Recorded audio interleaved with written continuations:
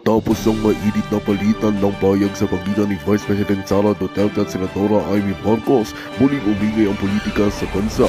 Ayon sa mga ulat, naglabas ng payag si Senadora Marcos na tila sumasagot sa mga pasutsada ni VP Sara.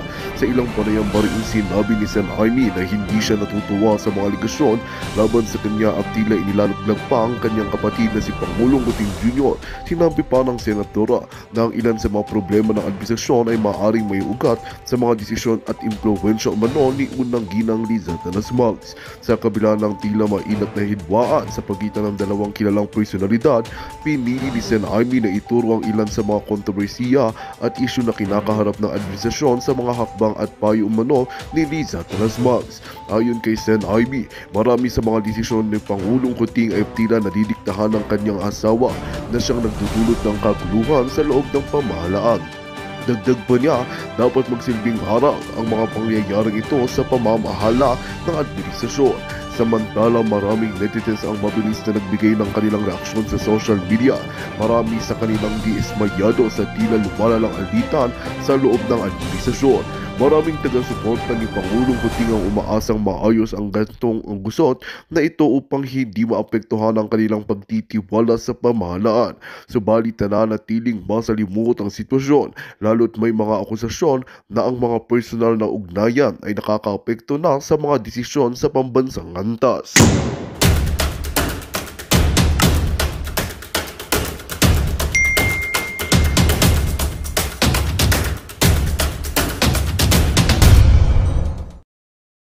Nako, kayo talaga. Kapag may dalawa kayong kaibigan na hindi nagkakaunawaan, gagatungan mo pa ba? Palagay ko. Yan. Yan ang problema sa iyo, Sen Amy. Ay, Senator Amy, ito, si-share ko lang sa iyo, no? Oh. Mahal na mahal ka ng kapatid mo, na kaya bumalik ka na doon sa slate ng administration.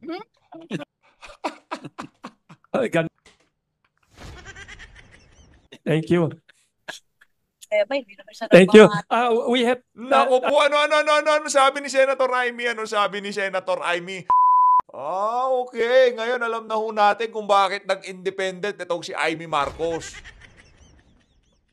Hindi pala ho siya rinirespeto ng kanyang kapatid, ng kanyang ading na si Marcos Jr. Yan hong problema dyan dito sa video na to. Papanuurin ho natin, papakinggan ho natin ang mga sagot nitong si Senator Amy Marcos sa mga tanong ng media sa kanya. Alam nyo mga kababayan, simple lang naman to, Senator Amy. No? Pwede mo naman kasing itulak na nung medyo nakikita mo ng may lamat na ang unity team, pwede ka nang gumitna eh. Kaso alam mo ano ginawa mo? Ang problema sa'yo, dinaan mo sa parinig. Pero kung hindi ka nagparinig, Senator Amy Marcos, malamang sa malamang, napag-ayos mo yung itong si VP Sara at itong si Marcos Jr. at naitsipwera mo yung mga epal sa paligid ng iyong kapatid. Tayo naniniwala ho tayo, itong si Marcos Jr., uto-uto lang ho talaga. Uto-utong medyo bastos. No, di ba? Ganun ho yung mama na naniniwala ho siya sa asawa niya na wala namang binigay na mandato sa kanya ang sambayan ng Pilipino. Pero bago ang lahat ng yan, iimayin ho natin ang mga sagot nitong si Senator Amy Marcos sa mga tanong ng media sa kanya. Kaugnay sa bangayan nitong si Vice President Sara Duterte at ang kanyang kapatid na bangag.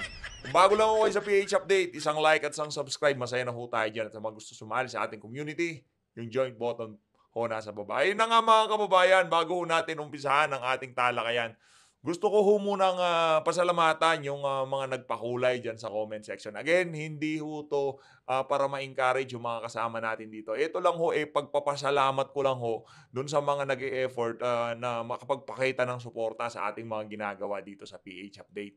Shoutout ho dito kay Susan Artelan, maraming salamat to. Mega love shoutout. Palakpakan na natin itong si Ma'am Susan. Mag-ingat po kayo kung nasaan dako man ho kayo ng daigdig naroon ngayong mga panahon na to. Shoutout din ho dito kay My Life HKPH. Mabuhay ka kapatid. Maraming salamat sa pagsuporta sa PH Update. Mega love shoutout. At shoutout din ho dito kay itong si Ma'am Zenaida White. Paglatag pa lang ho ng ating video, mabilis pa ho sa alas 4, na ho kagad. Maraming salamat, Ma'am Zenaida White. Maraming hong salamat. Mabuhay ho kayo. Ingat ho kayo dyan sa New Zealand. Palakpakan ho natin. Mega love shoutout dito kay Ma'am Zenaida White. Mega love shoutout din ho dito kay Toto Duterte Balahaw TV. Maraming salamat to. Duterte lang sa kalam. Salamat PH for PH. Maraming salamat to. Mabuhay ho kayo. Ha? At shoutout ho dito kay wala nang asim. Isama na yang itapon sa West Philippine Sea. Thanks. Etong si shoutout ho dito kay Q-Shop Repair. Maraming salamat to. Mag-ingat ho kayo kung nasaan ako man ho kayo ng daigdig naroon. Mega love shoutout.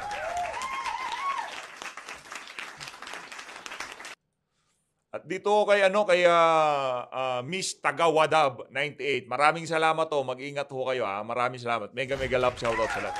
Ayun na nga mga kababayan, maraming salamat to sa mga nagsusuper things yan sa comment section. No? Napakalaking bagay ho yan para mas mapaganda pa ho natin yung ating mga reaction video dito sa PH Update.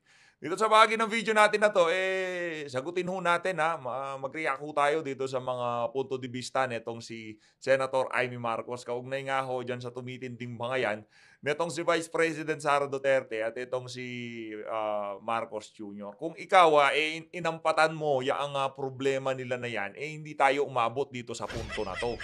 Kung alam mo na palang snake pit yang na yan, yang Malacanang, dapat pinasok mo yung kapatid mo doon. No, kinausap mo yung bayaw mo. Nakipag-usap ka sa kanya. Hindi yung ang problema ko kasi nung nag-umpisa tong lahat ng kaguluhan na to, etong si Senator Amy, yung tipong nagpaparinig lang siya, iniiwasan niya yung mga tanong about dito sa issue na to na nagkakalabuan ng unity, yung kapatid niya, at yung pinsan niya na pakialamero, pinaparinggan niya lang ho. Hindi yun niya direktang kinumpronta yung problema, kaya lumaki ho ng ganito. Yun ho ang totoong nangyari dyan. Ito mga kababayan, pakinggan ho natin itong si Senator Amy Manga Marcos. Thank you, sir. Kay Senator Amy po. Ma'am, good morning. Ma'am, I'm a little dismayed to hear that she does not think that we are friends. I always thought that we were, but maybe I was deceived. As someone close po kay President and kay VP Sara, may deception po kaya bang nangyari? Magkakaayos pa po kaya sila? Nako, kayo talaga. Kapag may dalawa kayong kaibigan na hindi nagkakaunawaan, gagatungan mo pa ba? Yan ang problema sa iyo, Sen Amy. Pagka kinumpronta natin yung issue, ang kagad na pumapasok sa utak mo, ginagatungan kagad. Hindi naman sa ginagatungan yan. Kailangan nyo magbigay ng solidong tayo dyan sa mga ganyang klaseng issue para makadami kayo ng boto pa sa 2028 midterm election. Kasi kung ganyan lang ang tayo nyo sa mga issue, naku po, hindi kayo ubren sa ating mga kababayan na lugar naman nanalo kayo, baka matalo pa kayo yan. Balita ko, dun sa pinakahuling Tanger Survey, hindi na nakapasok yung pangalan nyo. O mas pinili pa si Lito Lapid kesa sa inyo. Mga kababayan, i-comment nyo nga sa baba kung susuportahan nyo itong si Senator Amy Marcos para mapag-usapan natin yan sa comment section. By the way, isang like lang talagang sobrang saya na natin dyan. Tuloy. Hindi, bilang tapat na kapatid at tapat din na kaibigan, huwag na natin dagdagan, kayang-kaya naman nila sagutin yan. Tapat na kapatid daw at tapat na kaibigan, anak ng toko. Paano ka naging tapat na kaibigan? Walang humpay na binubugbog ang kaibigan mo, hindi ka man lamang iinig. Walang humpay na pambababoy ang natatanggap, pati nitong si dating Pangulong Rodrigo Duterte, yung presidente na nagpalibing sa inyong ama dyan sa libingan ng mga bayani. Di ka man lamang iinig, di ba? Yun ang problema dito kay Senator Amy Marcos. Sa kakatahimik niya, maging siya nakaladkad sa mga kapalpakan ng kapatid niya. Dapat sana ngayong mga panahon na to, kung marunong lang si Senator Amy na iposisyon ang kanyang sarili sa lahat ng kaguluhan na to, baka maging bida ka pa malang Kaso hindi ka naging bida, nagmukha kang kontrabida sa kakagitna mo sa kanila. Gumigit na ka gusto mo mamangka sa dalawang ilog, parang yung ibang mga politiko ngayon talagang nakikita na natin kahit yung ibang mga sinusuportahan natin. Nakikita natin kung paano nila gamitin itong template nitong si Senator Amy Marcos. Ang kagandahan lang ho dito sa mga politiko na to, meron ho silang firm na tayo sa iba't ibang mga issue, kagaya dyan sa pagbira kay VP Sara dyan sa House of Representatives. Hindi ho sila sang-ayon doon sa mga ganong klaseng issue, no? Pero itong si Senator Amy, hindi ho natin malaman kung anong tinatayuan niya sa kanyang buhay, no? O yan, dami na ninyong last question. Sir, Yes. ma'am, One lang yan. a few more pahabol, Wala but namang this will be gagawin short. madami. Ma'am, I read a short post from a columnist on Facebook na sabi niya that former President Duterte was overpowered by his advisors. Given this closeness that you have with your brother and with the Vice President herself, ma'am, Parang stress na stress ka, madam, ha? Naririnig mo pa lang yung entrada ng tanong, parang kulang na lang, kumamot ka. do you think Regard to what? this is with relation po dun sa sinabi niyo na para bang I remember na By what overpowered by regard? his What regard? advisors and not by those people who he thinks na nagtitiwala at nagmamahal po sa kanya.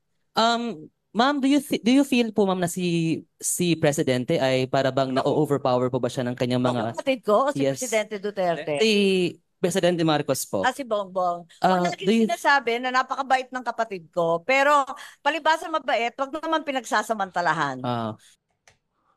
Sa sobrang bait, pagka inayang magpulburon, mabilis pa sa alas 4. Sa sobrang bait ni Marcos Jr., lahat ng nakapaligid sa kanyang mga ulupong, kung ano man ang mga bisyo ng mga to, pinagbibigyan ho niya. At ang matindi, baka nakikipag-jamming pa ho siya. Anak ng toka. Import tayo, walang problema. Banatan natin si Bibi Sara, walang problema, banatan natin. Ganun ho kabait ang kapatid nitong si Senator Amy Marcos. Pero ma'am, do you still try to talk to him do you still try to talk to him about yung mga nangyayari and advise him for some reason? Siyempre, nag-e-effort naman tayo, pero siyempre, bisibisihan na ngayon at lagi kami nagkikita pag maraming tao.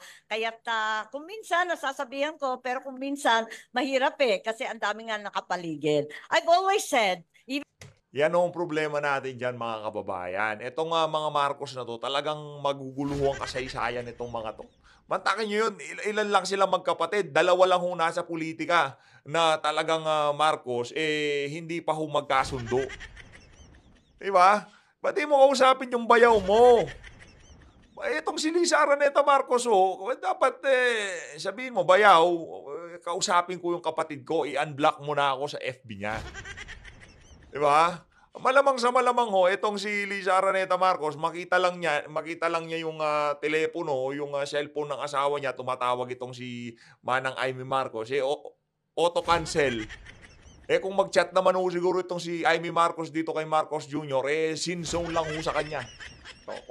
Yan ang hirap sa atin Sinubo mo.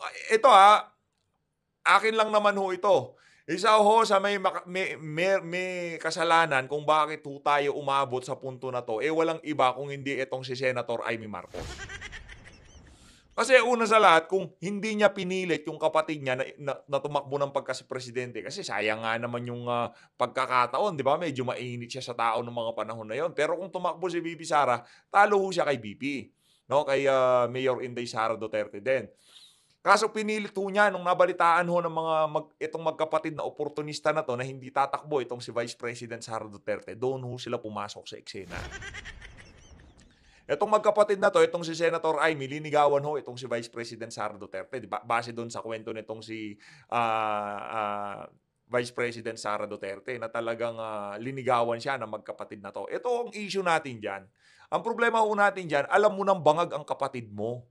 Manang Amy, alam mong bangag ang kapatid mo.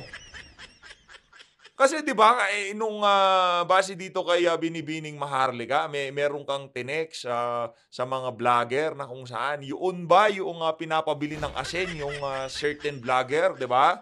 Alam mo na bangag yung kapatid mo pero isinubo mo pa rin ang sambayan ng Pilipino dito sa sitwasyon na kung saan hindi natin malaman kung ano ang mangyayari sa kinabukasan sa susunod na 3 taon. Kaya kung ang sinisisi nyo lang dito si Marcos Jr., malaki ho ang partisipasyon itong ali na to kung bakit naluklok yan si Marcos Jr. dyan sa Malacanang. Kaya kung sakali, ito ho ang aking bilin sa ating mga kasama dito sa PH Update, mangyari hong huwag nyo na hong isama at ikampanya nyo na huwag iboto yang si Senator Amy Marcos sa 2025 midterm election. Kasi isa ho siya talaga sa mga main player kung bakit tayo nagkanda leche-leche ng ganito. Tuloy. Even when I was a 15-year-old, a bratty Yes. 15-year-old, Sabi, that Malacanang is a true snake pit. ay, sabi And niya yan. it oh. is. Sabi niya may ghost Naku. pa. Ayun. Oh. Ay, Senator Amy, ito, si-share ko lang sa iyo, no? Oh. Mahal na mahal ka ng kapatid mo. I have it on good information from people na talaga nakakaalam na kaya bumalik ka na doon sa slate ng administration. Ay, ganun. Si Senator Ping Lacson, hindi ko alam kung kinakantsawan niya tong si ano. Balik ka na dun sa kapatid mo. Ba't naging independent ako, bigla ka sumabay? Diba? Pagka-independent ni Lacson, sabay independent din ho daw siya. Partida, presidente kapatid niya pero ayaw ho niyang gumit na kasi gusto niyang kunin lahat ng boto sa magkabilang panig. Yung mga taga Visayas at Mindanao dahil galit na galit ho yung mga taga Visayas at Mindanao dito sa administrasyon na to. Kayo ba naman mayat maya wala hong direksyon, puro ayuda ang ino-offer sa inyo. Di man lang ho sila makapagbigay ng dekalidad na trabaho para talagang yung kita dire-diretso. Ang binibigay ho ng administrasyon na to puro ayuda.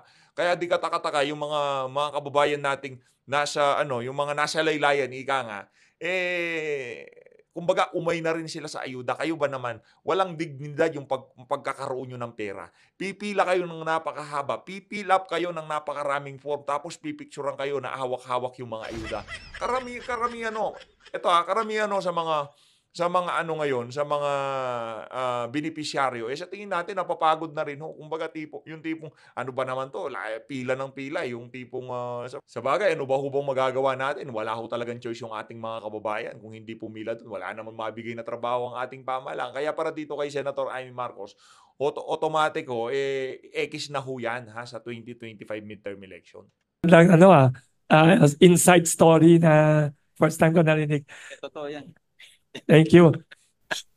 Hindi naman siya Thank you. nagmamahal. We have Naku po, ano sabi ni Senator Amy? Ano sabi ni Senator Amy? Ang problema, hindi naman siya nagmamano. Masama pala ang loob nitong si Senator Amy dito sa kanyang kapatid. Hindi daw nagmamano itong si Marcos Jr. dito kay Senator Amy Marcos. Next time, ang problema bangag yung kapatid mo Ano nga asahan mo sa isang bangag? Pagka yan bangag na, wala nang kakilala yan. Ang alam niya na lang, pagka bumaba, kailangan niyang magpulburon ulit. Oh. Kayo, pamilya niyo yan mapamilya niyo yan, mag-usap-usap kayo, kausapin mo Sa tingin ko naman kung titigil tong mga to, etong mga Duterte na to, titigil yan. Itong si VP Sara, itong si Tatay Digong. Pero ibang usapan, pagka yung kinakalkal na nila, yung saligang batas, ibang usapan ho yun. No? Talagang magsasalita yung mga personalidad na yan, pagka yan ang binutingting na itong pamilya na to. Pero yung personalan sa social media, yung patutsadahan, sa tingin ko, itong si Senator Amy, kung ayaw niyang lumala pa ito, kasi base doon sa ating nakikita, hindi hihinto itong si VP Sara anumang oras mula ngayon. Kaya kung ako dito kay Amy Marcos, ayusin niyo yung mga desisyon niyo sa buhay. mag-photo op tayo. Pero before that, thank you.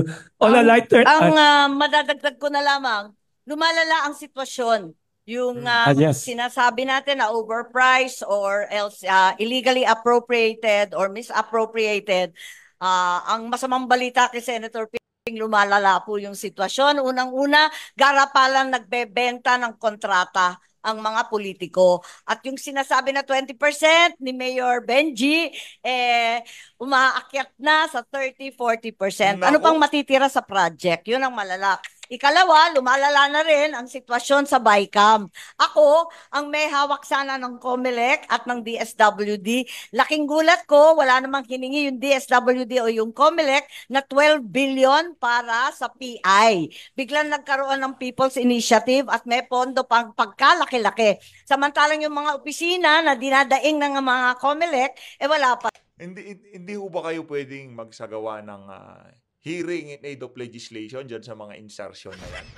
Kagaya na lamang ko sa Office of the Vice President, mantakin nyo yun, wala namang hinihinging ganun halaga ang OVP. Nagsingit ho itong mga aso ni Tambaluslos diyan sa budget ng OVP para sa mga ipinapatay yung silid-aralan. Kaso ang problema ho, hindi naman ho magalaw ng ahensya na kung saan ilinagak ang pondo. Ang makakagalaw ho yung mga aso ni Tambaluslos lamang. Kagaya rin ho nangyari diyan sa diyan sa Comelec, 'di ba? Singit din ho sila, yung tipong nagkakagulatan sa DSWD. Akap. Oh, ay nung ito pang si hindi nga madepensahan niya nitong si Erwin Tulfo eh. Walang bakit biglang nagkaroon ng ganyan na na programa wala namang ganyan doon sa proposed budget. Bigla hong nagkaroon ng ganyang klaseng na item wala naman na pondo na ilalaan ho pala sa AKAP para sa 2025 midterm election, makaalagwa ng konti itong mga congressman at mga kaalyado nitong si Marcos Jr. Kaya napakarami ho talagang issue, napakaraming butas ng administrasyon na to na hindi na pag-uusapan ng mainstream media. Ngayon, yung mga vlogger na talagang hinihimay itong mga issue na to, sa mga vlogger nyo lang ho na to, maririnig kung ano ba talaga yung totoong nangyayari, yung talagang inaanalisa, yung kaganapan sa ating bansa. No? Yung mainstream media, wala na ho tayong aasahan. Rin, pati yung sahod, lahat yan, na talagang kinakailangan nila, napunta pala sa PI. Ganon din yung AKAP. Na nagulat naman ako, biglang may 26 AKAP. billion para sa programa na Correct, never correct. heard. Walang may alam at higit sa lahat, ang DSWD hindi alam kung anong isusulat doon, walang guidelines, walang formularyo, walang miski ano. Kaya't lumalala yung sitwasyon. I'm Agatha Gregorio po from Billionaire News Channel. Talagang lalala ang sitwasyon ni Sen Aimee. Ikaw, no? Hindi ka lang ho basta-basta kapatid. Isa ho kayo sa hawak nyo ho ang isa sa mga matataas na opisyal sa ating pamahalaan, pagiging senador. Hanggang kailan ho kayo magiging senador? March, June. Meron pa ho kayong halos kalahating taon para ayusin yung mga problema na yan, para makapagpakitang gila sa mga botante. Tama, mali?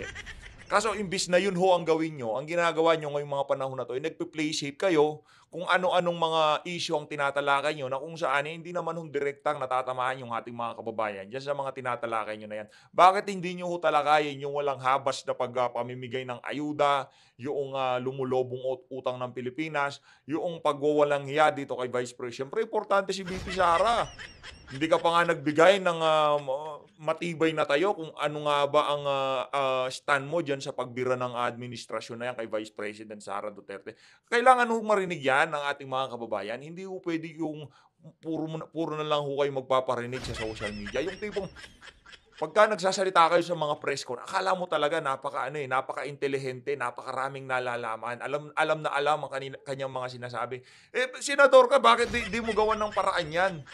Di ba? Senador ka na, kapatid mo pa presidente. Pagka hindi naihiyan si Chis, pagka meron kang gustong mangyari na hindi nasunod hindi nga pala pwede yun. Kasi wala kang direct contact dito kay Marcos Jr. At ang naglagay dito kay Chis Escudero dyan sa Senado, walang iba kung hindi yang si Mamsi. Di ba? Sinamsaman nga ng wine eh. Di nakapalag eh. Good morning po. So, Sen Aimee, may question lang po ako regarding yung DSWD budget hearing. Kasi nabanggit po doon na maaaring nagagamit po yung DSWD para sa pamumulitika. And especially with the elections coming up, tinitingnan niyo po ba kung posibleng nangyayari din yun sa ibang mga ahensya po? Ang hawak ko yung DSWD, pero marami ring reklamo sa iba't ibang mga ahensya, naririnig natin. Pero directly, nung nagka-hearing ako nung Lunes, talagang rine-report natin, syempre denied to death si Secretary Rex Gatchalian. Sabi niya, talagang sinusuri nilang maigi. Pero nagre-reklamo noon na napakarami at kasama na rin si Senator Bongo, si Senator Bato de la Rosa. Pagkatapos dumating pa si Congressman Kaimer Olaso ng Zamboanga City na sabi niya, matapos niyang magdeklara na magme-mayor siya, biglang natigil ang lahat ng AIX niya, napahiya raw siya. Kaya't marami tayong naririnig tungkol sa ganito, sa Surigao del Norte, sa North Cotabato, at higit sa lahat, narinig rin natin yung hearing na si So, yung mga tumalon ka na, wala ka pang binigay na sagot sa amin. Sa mga naririnig yung gano'n, ano ang solusyon na ginawa ng inyong ng inyong komite diyan sa Senado para matuldukan yung pamimili ng DSWD kung sino lamang yung mga politikong makakapag-distribute ng AKAP, TUPAD, AIX at lahat ng pinamimigay na ayuda ng administrasyon na to. Sige nga ho, Senator Amy, ano hong ginawa ng komite nyo? Oh, nangingina naman kayo ng commitment dito kay Rex Gatchalian. Sinungaling yun eh. Hindi ko kayo mabibigyan nun nung tipong pagka binigyan kayo ng sagot ng mama na yun, pagka sa susunod na hearing, gagawin yan. Ako po, yari ko kayo dyan.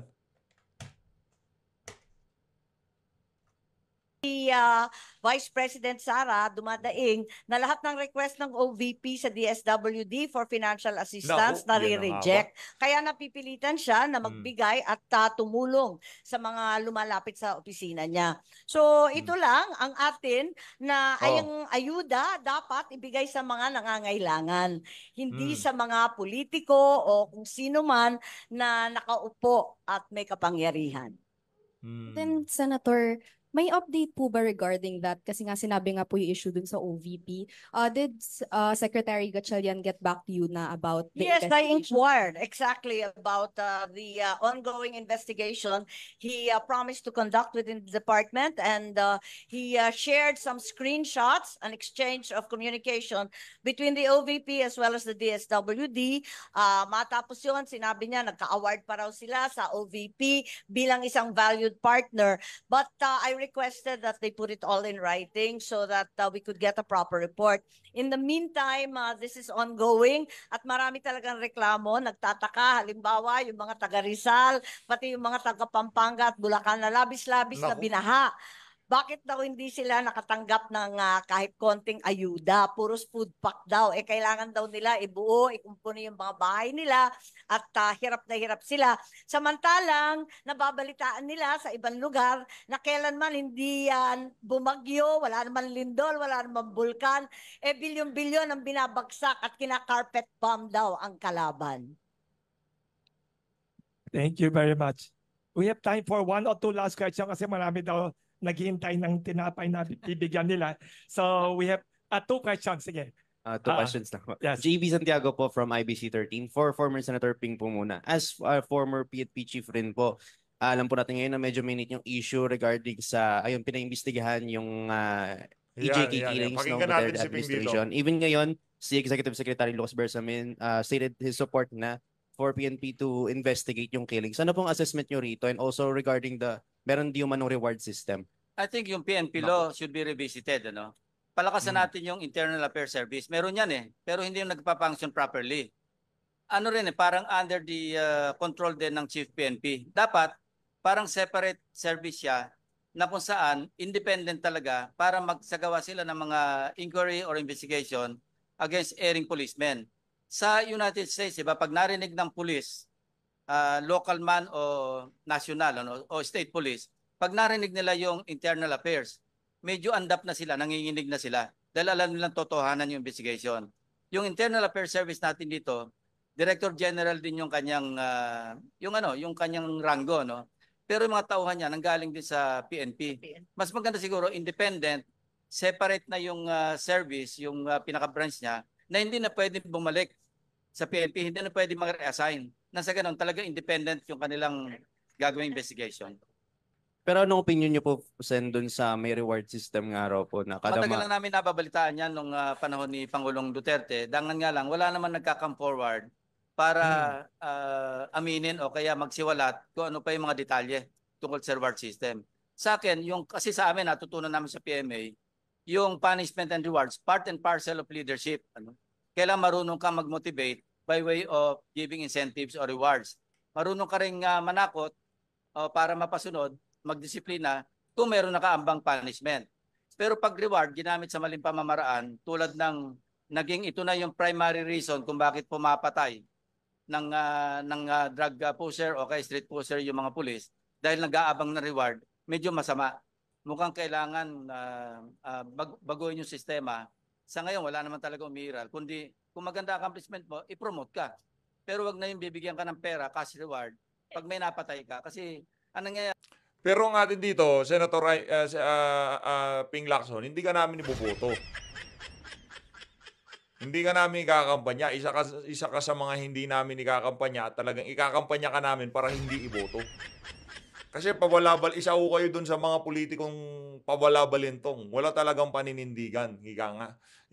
Mantakin nyo yun. Talagang noong nafe-feel mo na, nung una talagang sobrang excited ang madla nung nakita nila itong si Lacson. Nasa senatorial slate itong si Marcos Jr., di ba?